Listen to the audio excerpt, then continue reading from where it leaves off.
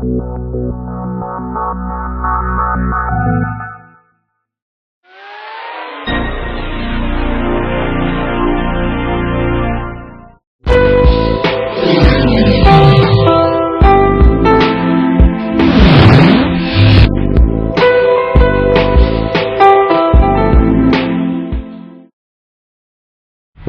വാരാവലോകനത്തിലേക്ക് എല്ലാ പ്രേക്ഷകർക്കും സ്വാഗതം.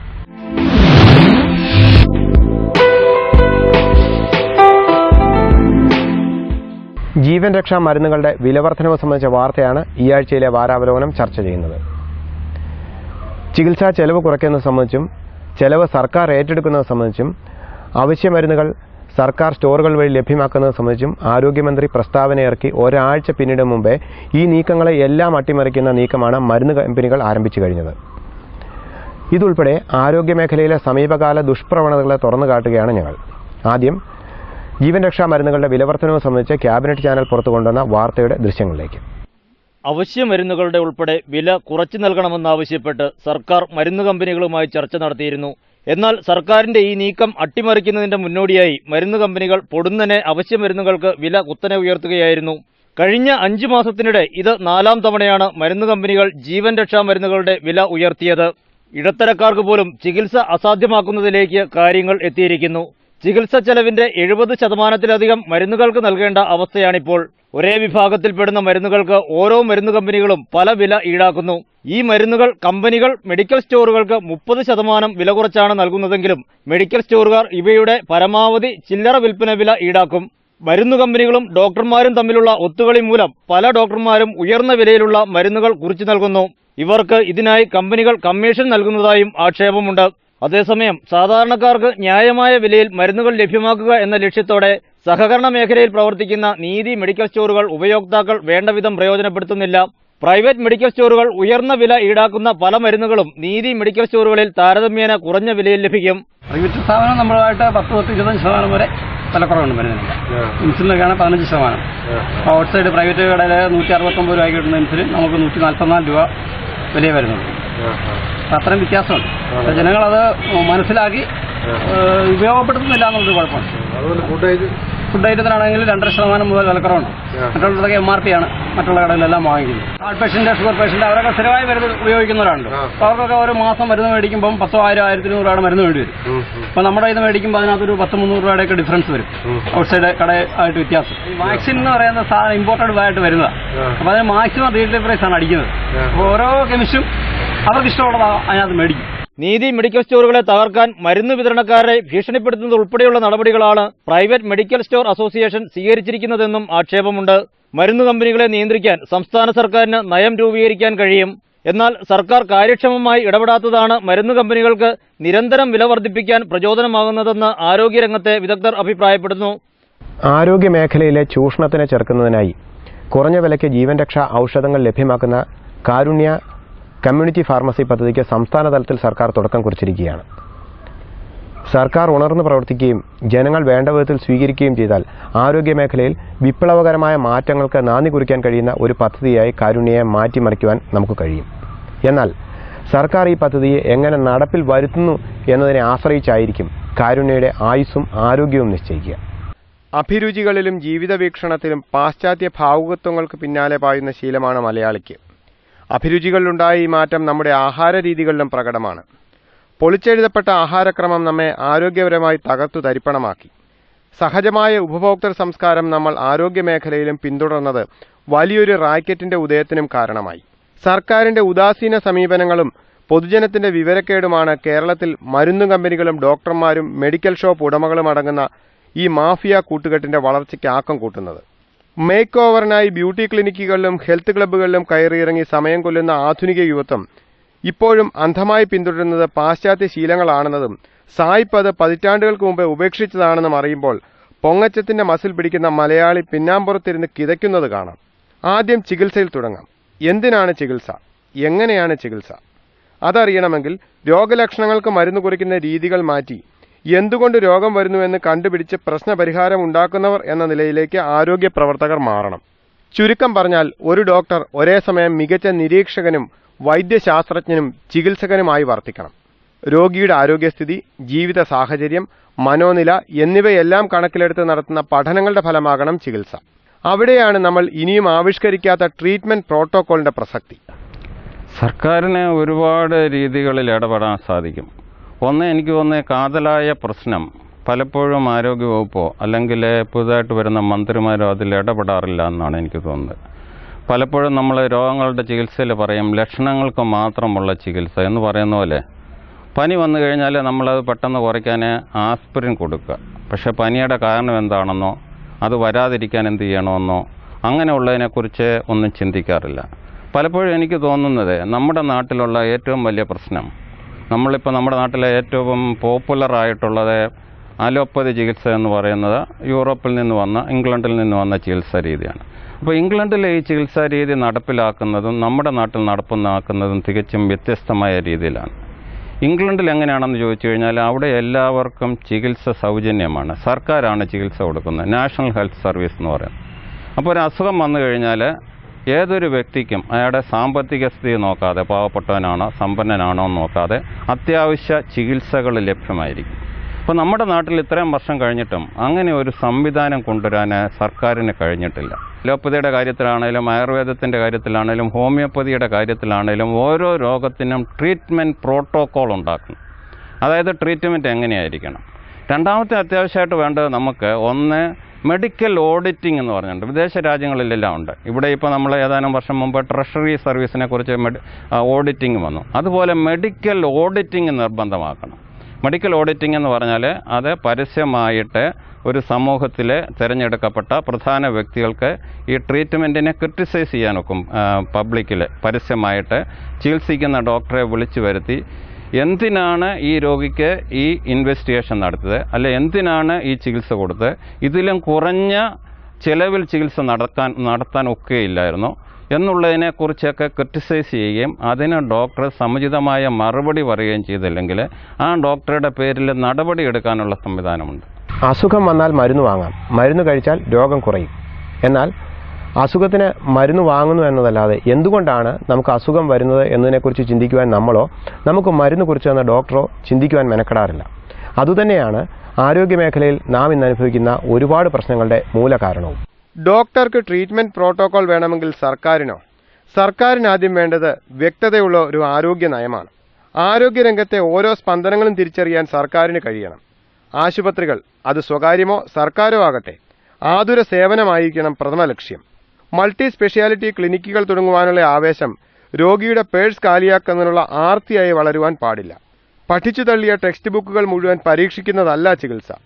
ജലദോഷപ്പനിയുടെ കാരണം പോലും ചോദിച്ചറിയാതെ നെബുലൈസേഷൻ മുതൽ MRI സ്കാൻ വരെ നിർദ്ദേശിക്കുന്നവരെ എങ്ങനെ ഡോക്ടർ എന്ന് വിളിക്കുവാൻ കഴിയും? ഇങ്ങനെ ചികിത്സിച്ചു മത്സരിക്കുന്ന ഡോക്ടർമാർക്ക് ഒരേ ഒരു ലക്ഷ്യമേ ഉള്ളൂ, കീശ നിറയ്ക്കൽ. സ്വതവേ പൊങ്ങച്ചപ്രിയനായ മലയാളി പണ്ടുകാലത്ത് പ്ലഷറും ഷുഗറും തങ്ങളുടെ സമ്പത്തിന്റെ അടയാളമായി മേനി പറഞ്ഞു നടന്നിരുന്നു.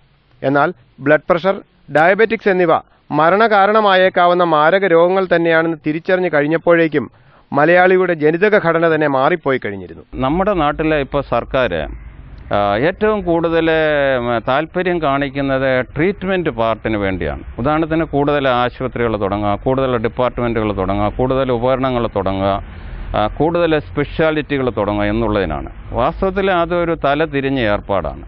നമ്മൾ പണ്ട് തൊട്ടേ പറയുന്നതാണ്, ഒന്ന് prevention is better than cure.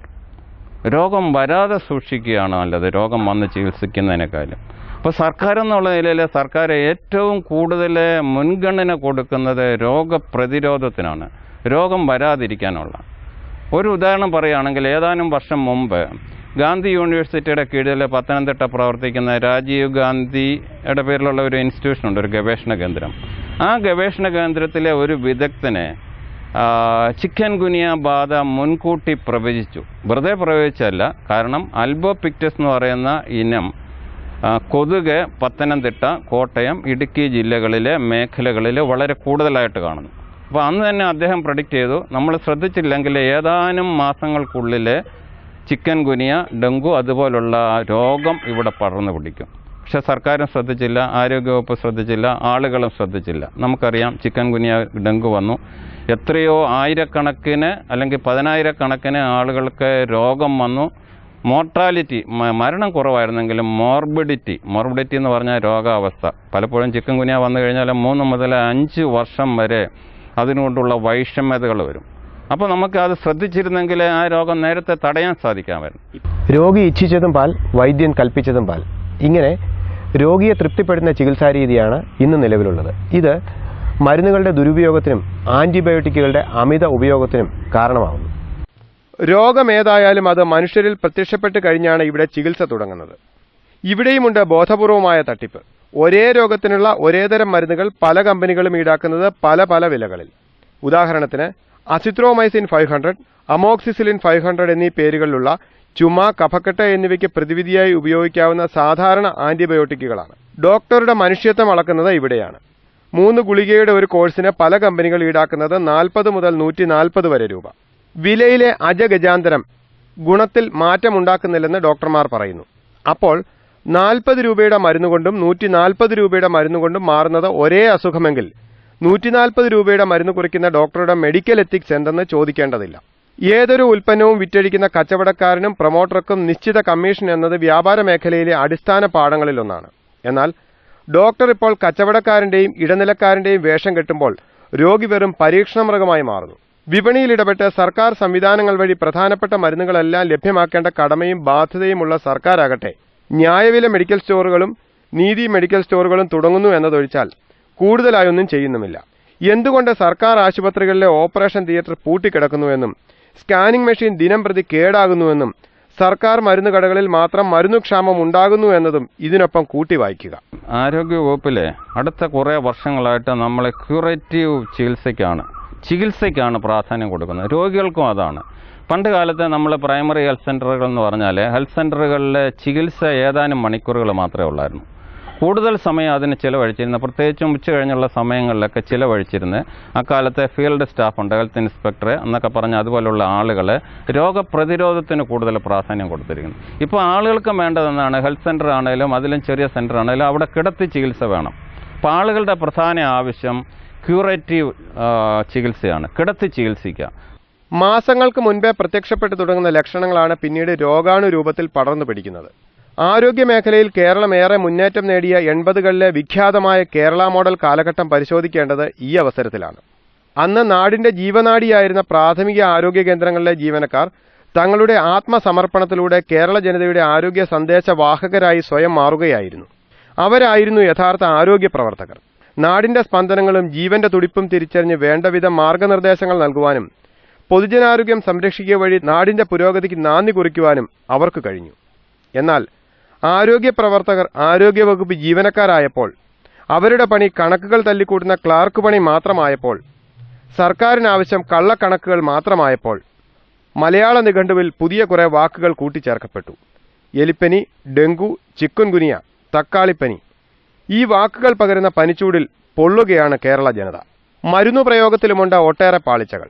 ഏതൊരു മരുന്നും അതിൻ്റേതായ പാർശ്വഫലങ്ങൾ ഉള്ളവ തന്നെയാണ്. രോഗിയുടെ അവസ്ഥ കണ്ടറിഞ്ഞ് സാഹചര്യങ്ങൾ ചോദിച്ചറിഞ്ഞ് വേണം ചികിത്സ നിശ്ചയിക്കുവാൻ. എന്നാൽ ഇവിടെ ഏതൊരു മരുന്നും കുറിപ്പടി പോലുമില്ലാതെ എത്ര ഡോസ് വേണമെങ്കിലും എത്ര തവണ വേണമെങ്കിലും വാങ്ങിക്കഴിക്കാം. ഇങ്ങനെ മരുന്ന് കഴിച്ച് വിശപ്പടക്കുന്നവർ അതിന്റെ പാർശ്വഫലങ്ങൾ അറിയുന്നതേയില്ല. മറ്റു രാജ്യങ്ങളിൽ ഡോക്ടർ ഒരേ സമയം ചികിത്സകനും കൗൺസിലറുമായി വർത്തിക്കുന്നു. രോഗനിർണയ വേളയിൽ തന്നെ രോഗിയുടെ ശാരീരിക മാനസിക നിലകളറിഞ്ഞ് മരുന്ന് നിശ്ചയിച്ച് അതിന്റെ പ്രവർത്തനം, പാർശ്വഫലങ്ങൾ എന്നിവ രോഗിക്ക് വിശദമാക്കുവാനും രോഗിയിലെ മാറ്റങ്ങൾ സസൂക്ഷ്മം നിരീക്ഷിച്ച് ചികിത്സ പൂർത്തീകരിക്കുവാനും ഡോക്ടർ ശ്രദ്ധിക്കുന്നു. അവിടങ്ങളിൽ മെഡിക്കൽ ഷോപ്പുകളല്ല, മെഡിക്കൽ സ്റ്റോറുകളാണ് പ്രവർത്തിക്കുന്നത്. ഡോക്ടർ നിർദ്ദേശിക്കുന്ന മരുന്ന് മാത്രമേ ഇവിടങ്ങളിൽ ലഭ്യമാകൂ. അതാണ് ആരോഗ്യ സംസ്കാരങ്ങൾ തമ്മിലുള്ള വ്യത്യാസം. അപ്പോൾ ആധുനിക ചികിത്സയുടെ ഏറ്റവും വലിയ ഒരു ദോഷമെന്ന് പറയുന്നത് എല്ലാ ഔഷധങ്ങളും അതിന് പാർശ്വഫലങ്ങളോ ദോഷഫലങ്ങളോ ഉള്ളതാണ്. അപ്പോൾ മറ്റുള്ള രാജ്യങ്ങളിൽ ഈ ഔഷധങ്ങളുടെ എല്ലാ വരായികളും അതിൻ്റെ ഗുണവും, പലപ്പോഴും ഔഷധങ്ങൾ നമ്മളെ ഒരു കാര്യത്തിന് കൊടുക്കുമ്പോൾ നിരവധി മറ്റ് പാർശ്വഫലങ്ങൾ വരും. അപ്പോൾ ഇത്തരം കാര്യങ്ങളെല്ലാം രോഗിക്ക് പറഞ്ഞു കൊടുത്തിട്ട് അവരെ അതേക്കുറിച്ച് ബോധവാന്മാരും ബോധവതികളുമാക്കിയിട്ട് ചികിത്സ തുടങ്ങണമെന്നാണ് അലോപ്പതിയുടെ. അങ്ങനെ തുടങ്ങണമെന്നാണ്. ഉദാഹരണത്തിന് ആൻറ്റിബയോട്ടിക്സ് ഒക്കെ നമ്മൾ നിസ്സാര രോഗങ്ങൾക്ക് പലപ്പോഴും കഴിക്കുന്നത് ഗുരുതരമായ പ്രത്യാഘാതങ്ങൾ വരും. ഏറ്റവും പ്രധാനം ആ ഔഷധത്തിൻ്റെ അതിനോട് റെസിസ്റ്റൻസ് വരിക എന്നുള്ളതാണ്. അങ്ങനെയാണ് പണ്ട് കാലത്ത് ഉപയോഗിച്ചിരുന്ന പല ഔഷധങ്ങളും ഔഷധ ദുരുപയോഗത്തെ തുടർന്ന് ആൻറ്റിബയോട്ടിക്കുകൾ ഔഷധ ദുരുപയോഗത്തെ തുടർന്ന് അത് ഫലപ്രദമല്ലാതെ പോകും. പക്ഷെ ഇവിടെ അങ്ങനെയല്ല. ഇവിടെ ഏത് ഔഷധവും മരുന്ന് കടകളിൽ ചെന്ന് ആർക്കും വാങ്ങിക്കാൻ ഒക്കും. എന്ന് മാത്രമല്ല എത്ര തവണ വേണമെങ്കിലും ഒരു കുറിപ്പടി കൊണ്ട് ഔഷധം വാങ്ങിക്കാൻ ഒക്കും. അപ്പോൾ ശരിയായ രീതിയിലുള്ള ചികിത്സ എന്ന് പറയുന്നത് അങ്ങനെയല്ല. ആൻറ്റിബയോട്ടിക്സുകൾ കഴിക്കുമ്പോൾ പലപ്പോഴും അത് ഒരു കോഴ്സ് എന്ന് പറഞ്ഞാൽ 5 ദിവസം അല്ലെങ്കിൽ 7 ദിവസം കഴിക്കുക വേണ്ടത്. പലപ്പോഴും നമ്മൾ ഈ ആൻറ്റിബയോട്ടിക്സ് കഴിക്കുമ്പോൾ അത് നമ്മളെ അണുക്കളെ നശിപ്പിക്കാനുള്ളതാണ്. നമ്മുടെ ശരീരത്തിലെ നല്ല അണുക്കളും, അതായത് നന്മ നിറഞ്ഞ അണുക്കൾ എന്ന് പറയും, നന്മ നിറഞ്ഞ സൂക്ഷ്മാണുക്കളുമുണ്ട്, ദോഷം ചെയ്യുന്ന അണുക്കളുമുണ്ട്. അപ്പോൾ നമ്മൾ ആൻറ്റിബയോട്ടിക്സുകൾ കഴിക്കുമ്പോൾ നമ്മുടെ ശരീരത്തിൽ നമുക്ക് വൈറ്റമിനും മറ്റും ഉൽപ്പാദിപ്പിച്ച് തരുന്ന നന്മ നിറഞ്ഞ സൂക്ഷ്മാണുക്കളും കൊല്ലപ്പെടും. അപ്പോൾ അതിനെ തുടർന്ന് നിരവധി പ്രശ്നങ്ങൾ വരും. മണ്ണിനെയും പ്രകൃതിയെയും വിഷകൂമ്പാരമാക്കി സ്വയം വന്ധ്യംകരിക്കപ്പെട്ട മലയാളി യുവത്വം തങ്ങൾ അനുഭവിക്കുന്ന ദാമ്പത്യ പ്രശ്നങ്ങൾക്ക് ഏലസ് മുതൽ ടെസ്റ്റ് ട്യൂബ് ഗർഭം വരെയുള്ളതിൻ്റെ ഏതിൻ്റെയും പരസ്യത്തിൽ അഭയം പ്രാപിക്കുന്നു. എന്താണ് മലയാളിക്ക് സംഭവിക്കുന്നത്? മെഡിക്കൽ എത്തിക്സ് എന്ന വാക്കിന് സംഭവിച്ച അപജയം ഇന്നത്തെ ചികിത്സാ സമ്പ്രദായത്തെ അടിമുടി ബാധിച്ചിരിക്കുകയാണ്. സോപ്പോ പേസ്റ്റോ ഷാമ്പുവോ ടോയ്ലറ്റ് ക്ലീനറോ പോലെ പരസ്യം നൽകി വിൽക്കാനുള്ളതല്ല മരുന്നുകൾ. മരുന്നിന് പുറത്ത് ഏത് അസുഖത്തിനുള്ളതാണെന്നും എഴുതുവാൻ പാടില്ല. രോഗിയുടെ അവസ്ഥ തിരിച്ചറിഞ്ഞ് ഡോക്ടറാണ് മരുന്നും ഡോസും നിശ്ചയിക്കേണ്ടത്. ഇത് വെറും നാട്ടുനടപ്പല്ല, നിയമമാണ്. ഈ നിയമത്തിന്റെ നഗ്നമായ ലംഘനമാണ് ഇന്ന് നാം കാണുന്ന പരസ്യങ്ങളും അതിലൂടെ വിറ്റഴിക്കപ്പെടുന്ന വ്യാജമരുന്നുകളും. ഒരു കാലത്ത് പാരമ്പര്യത്തിന്റെ വഴിയിലൂടെ സഞ്ചരിച്ചിരുന്ന പല വൈദ്യശാലകളുമാണ് ഇന്നിങ്ങനെ ബോളിവുഡ് മോഡലുകളുടെ മേനിക്കൊഴുപ്പ് കാട്ടി കാശു വാരുന്നത് എന്ന് കാണുമ്പോൾ ആരോഗ്യമേഖലയിലെ അപജയത്തിന്റെ പൂർണ്ണ ചിത്രം ലഭിക്കുന്നു. പ്രോക്ടർ ആൻഡ് ഗാമ്പിൾ, യൂണിലിവർ തുടങ്ങിയ മൾട്ടിനാഷണൽ കമ്പനികൾ കേരളത്തിൽ വിറ്റഴിക്കുന്ന 1000 കോടിയിലേറെ രൂപയുടെ കച്ചവടം പുതുമയല്ല. എന്നാൽ ഒന്നുകൂടി അറിയുക, മുഖക്കുരുവിനും മുടികൊഴിച്ചിലിനും ശാശ്വത പരിഹാരം നിശ്ചയിച്ച് അനങ്ങാതിരുന്ന് വളരുന്ന ദുർമേധസ്സിനെ തൈലം തടവി ഉരുക്കിക്കളയാമെന്ന് പറഞ്ഞ് പ്രമേഹത്തെയും കൊളസ്ട്രോളിനെയും ചെറുക്കുമെന്ന് വിശ്വസിപ്പിച്ച് പ്രതിവർഷം 100 കോടിയിലേറെ ടേൺ ഓവർ ഉണ്ടാക്കുന്ന 10ലേറെ കമ്പനികൾ കാലിയാക്കുന്നത് നമ്മുടെ അധ്വാനത്തിന്റെ ഫലവും വിയർപ്പിന്റെ വിലയുമാണെന്ന് തിരിച്ചറിയണം. മലയാളികളെ പരസ്യത്തിൽ കാണുന്ന ഏതിനും സ്വീകരിക്കുന്ന ആളുകളാണ്. അതിൻ്റെ വരും വരാഴികളെക്കുറിച്ച് ചിന്തിക്കാറില്ല. പലപ്പോഴും നമ്മൾ ചികിത്സ എന്ന് പറയുന്നത് ഒരു ഡോക്ടറെ കണ്ട് ആ ഡോക്ടറുടെ മേൽനോട്ടത്തിൽ മാത്രം ചെയ്യേണ്ട ഒരു സംഗതിയാണ്. ഇതുപോലുള്ള ഔഷധങ്ങളുടെയൊക്കെ വിൽപ്പന കുറേ വർഷങ്ങളായിട്ട് കാര്യമായിട്ട് കാണാറില്ല. പക്ഷെ കഴിഞ്ഞ ഒരു 5-6 കൊല്ലമായിട്ട് 5-6 കൊല്ലമല്ല, എനിക്ക് തോന്നുന്നത് ആ ട്രെൻഡ് ആദ്യം കൊണ്ടുവന്ന എനിക്ക് തോന്നുന്നത് ഇമ്മ്യൂണോക്യൂവർ എന്ന് പറയുന്ന മരുന്നാണ്. ഇമ്മ്യൂണോക്യൂവർ എന്ന് പറയുന്ന ഔഷധം കണ്ടുപിടിച്ച ആള് മജീദ് പണ്ട് കോട്ടയത്തെ ഗാന്ധി പ്രതിമയുടെ അടുത്ത് ടെക്സ്റ്റൈൽ ഫെയർ എന്ന് പറഞ്ഞ് ഒരു തുണിക്കട നടത്തിയിരുന്ന ആളാണ്. അപ്പോൾ നമ്മൾ ഈ സെക്കൻഡ് ഹാൻഡ് തുണിത്തരങ്ങൾ വിറ്റ് കാശുണ്ടാക്കിയ ഒരാളാണ്. പുള്ളി ഒരു പ്രത്യേക സാഹചര്യത്തിൽ ഫയർ ഫാർമ എന്ന് പറഞ്ഞ ഒരു ഔഷധം ഉണ്ടാക്കി ഇമ്മ്യൂണോക്യൂവർ എന്ന് പറഞ്ഞ ഒരു തട്ടിപ്പ് മരുന്ന് പരസ്യം മുഖേന ചെലവഴിച്ച് എത്രയോ കോടികൾ സമ്പാദിച്ചു. അപ്പോൾ ഈ മജീദിനെ കണ്ടായിരിക്കും പിൽക്കാലത്തെ ഒരുപാട് ഔഷധ നിർമ്മാതാക്കൾ എന്തെല്ലാമോ ഔഷധ രൂപത്തിലാക്കി വൻകിട പരസ്യങ്ങൾ വഴി, ഈയിടെ വളരെ രസകരമായിട്ടുള്ള പരസ്യമാണെന്ന് തോന്നാത്ത രീതിയിലുള്ള പരസ്യങ്ങൾ വരെ ചില ഉൽപ്പന്നങ്ങൾ കൊണ്ടുവരുന്നുണ്ട്. 7 ദിവസം കൊണ്ട് എന്ത് സംഭവിക്കും? 7 ദിവസം കൊണ്ട് എന്തുകൊണ്ട് സംഭവിക്കും. ഇതുപോലെ നിരവധി പരസ്യങ്ങളുണ്ട്. അപ്പോൾ ഈ പരസ്യങ്ങളിലൂടെ പ്രത്യക്ഷപ്പെടുന്ന ഉൽപ്പന്നങ്ങൾ വാങ്ങിച്ച് നമ്മുടെ ആരോഗ്യവും നമ്മുടെ പേഴ്സും കാലിയാക്കുന്നതിന് മുമ്പ് എല്ലാ ആളുകളും 2-3 തവണ ചിന്തിക്കേണ്ടതാണ്. എങ്ങനെയൊക്കെ ബോധവൽക്കരിച്ചാലും മലയാളി പഠിക്കുമെന്ന് തോന്നുന്നില്ല. കാരണം ബുദ്ധി എന്ന ജന്മസിദ്ധമായ കഴിവ് വർദ്ധിപ്പിക്കും എന്ന പരസ്യത്തിന് പിന്നാലെ പാഞ്ഞ് സ്വന്തം മക്കളെ കുപ്പിമരുന്ന് കുടിപ്പിച്ച് എഞ്ചിനീയറും ഡോക്ടറുമാക്കാൻ നമ്മൾ കാണിക്കുന്ന ബുദ്ധിശൂന്യത നമ്മെ ലോകത്തിന് മുമ്പിൽ പരിഹാസ്യരാക്കുന്നത് തന്നെ നമ്മുടെ ബുദ്ധിശൂന്യതയുടെ തെളിവാണ്. സ്വന്തം കഴിവുകൾ തിരിച്ചറിഞ്ഞ് സ്വന്തം സാഹചര്യങ്ങൾ മനസ്സിലാക്കി ലോകത്തിന്റെ ആവശ്യങ്ങൾക്കനുസരിച്ച് ജീവിക്കുവാൻ നമ്മൾ ഇനിയും പഠിക്കേണ്ടിയിരിക്കുന്നു. ഇൻസ്റ്റന്റ് മരുന്നുകളിലും ഫാസ്റ്റ് ഫുഡുകളിലും അഭിരമിക്കുന്ന യുവത്വം തങ്ങൾ അനുഭവിക്കുന്ന വന്ധ്യതാ പ്രശ്നങ്ങൾക്ക് പോലും പരിഹാരം തേടി സമീപിക്കുന്നത് പരസ്യപ്പലകകളെയാണ്.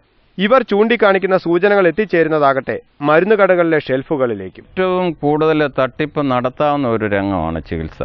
പ്രത്യേകിച്ചും ഇതുപോലുള്ള സ്റ്റെറിലിറ്റി, അത് നമ്മുടെ ഈ ആധുനിക സാഹചര്യത്തിൽ നമ്മുടെ ഉൽപാദനക്ഷമത വളരെ കുറഞ്ഞു വരികയാണ്. പ്രത്യേകിച്ച് ഇപ്പോൾ നമ്മൾ പെൺകുട്ടികളെ നോക്കിക്കഴിഞ്ഞാൽ, കൗമാരപ്രായത്തിലുള്ള പെൺകുട്ടികളെ നോക്കിക്കഴിഞ്ഞാൽ ഒരു 20-30% പോളിസിസ്റ്റിക് ഓവറി എന്ന് പറയുന്ന ഒരു സ്ഥിതിവിശേഷമുണ്ട്. ഈ പോളിസിസ്റ്റിക് ഓവറി എന്ന് പറഞ്ഞു കഴിഞ്ഞാൽ അത് ഒന്ന് ആർത്തവം തുടങ്ങത്തില്ല, രണ്ടാമത് ആർത്തവം തുടങ്ങിയാൽ ക്രമം തെറ്റിയിരിക്കും, മൂന്നാമത് കല്യാണം കഴിച്ചു കഴിഞ്ഞാൽ കുട്ടികളുണ്ടാവത്തില്ല, അഥവാ കുട്ടികളുണ്ടായിക്കഴിഞ്ഞാൽ അത് അലസിപ്പോകും, അല്ലെങ്കിൽ ഗർഭാത്രത്തിൽ കിടന്ന് മരിക്കും, പിൽക്കാലത്ത് പ്രമേഹം വരും, ഓവറിയിൽ ട്യൂമർ വരും. ഇങ്ങനെ നിരവധി പ്രശ്നങ്ങൾ സൃഷ്ടിക്കാവുന്ന ഒരു സ്ഥിതിവിശേഷമാണ്. മരുന്നുകുപ്പിയിൽ അടയ്ക്കപ്പെട്ട കേരളത്തിന് രക്ഷപ്പെടുവാൻ ഇനിയും അവസരമുണ്ട്. രോഗത്തിന് മരുന്നല്ല മുഖ്യമെന്ന് നാം തിരിച്ചറിയണം. രോഗത്തിന് പ്രതിരോധമാണ് പ്രധാനം. അതിനായി നാം സ്വയം ഒരുങ്ങേണ്ടിയിരിക്കുന്നു. ജൈവ കൃഷിരീതികളുടെ പ്രോത്സാഹനവും പ്രകൃതി സൗഹൃദ കൃഷിരീതികളുടെ പ്രചരണവും സർക്കാർ തലത്തിൽ മുൻഗണന കൊടുത്ത് നടപ്പിലാക്കണം.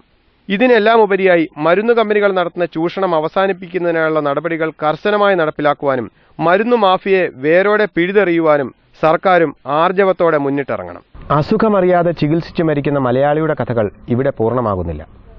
70കളിൽ പുകവലിക്കെതിരെ ഉണർന്നതുപോലെയുള്ള ഒരു സാമൂഹ്യ മുന്നേറ്റം ഇക്കാര്യത്തിൽ ഇനിയും ഉണ്ടാകേണ്ടിയിരിക്കുന്നു.